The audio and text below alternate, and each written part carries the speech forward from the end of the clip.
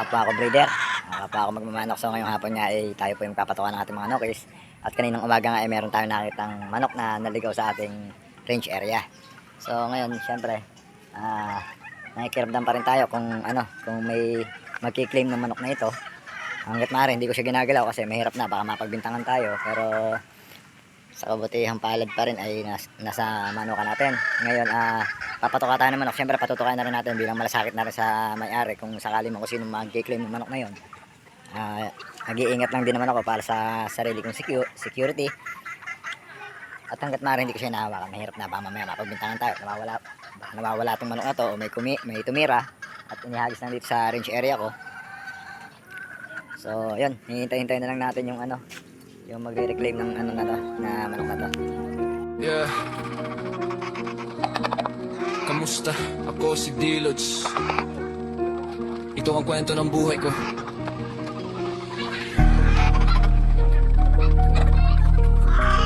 Sa mundo ng pagmamanok. Tara.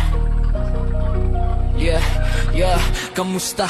Ako si Dilots, breeder ang propesyon. Mula sisiw hanggang laban, buo ang dedikasyon. Simula sa wala, walang puhunan na hawak. Sipag at tiyaga lang, pangarap ko'y inangan at puyat sa gabi.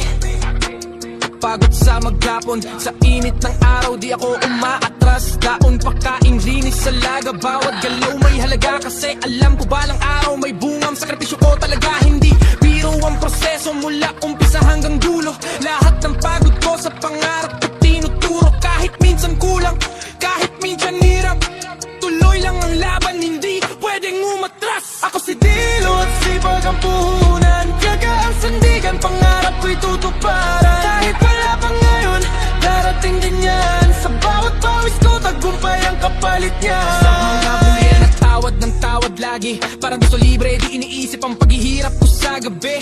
Kunti na lang hihingi na ang paninda, parang di nakita pa kung gundala. May hirit pa na spar, gusto agad laban. Usa pa lang ang hataw, presyo binabarat na naman. 1,500, yun ang alok nila. Pero yung hirap ko, parang wala sa kanila. Pero sige lang, Let's kukuha natin yung kanda kasi kakabawat, di pa nakain. Muli mo na So yung may-ari nito, pwede nyo na i-claim ha. Lilinawin ko, ito ay naligaw sa amin, hindi ko ito ninakaw ha.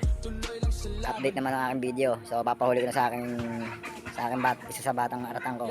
So pwede nyo naman siya i-claim kahit anong oras, pwede naman. Basta siguraduhin yung inyo lang to kasi magkakaroon ako ng problema rito. So yun, tinawa ko muna kay at patatambang ko dito. Yan, tambang mo dyan. Kung nga may may-ari niyan.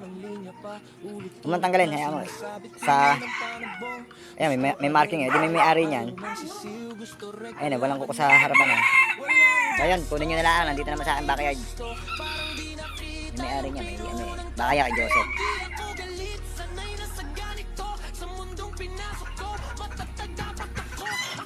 Patukay mo.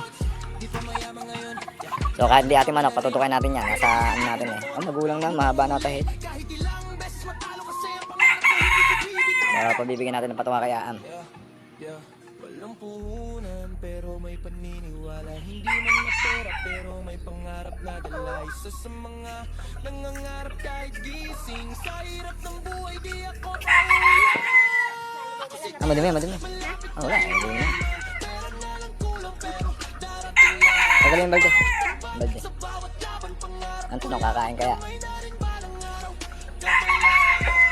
So ayan, pa-i-claim na lang ho kung kanina man ho itong manok nito. Ayan.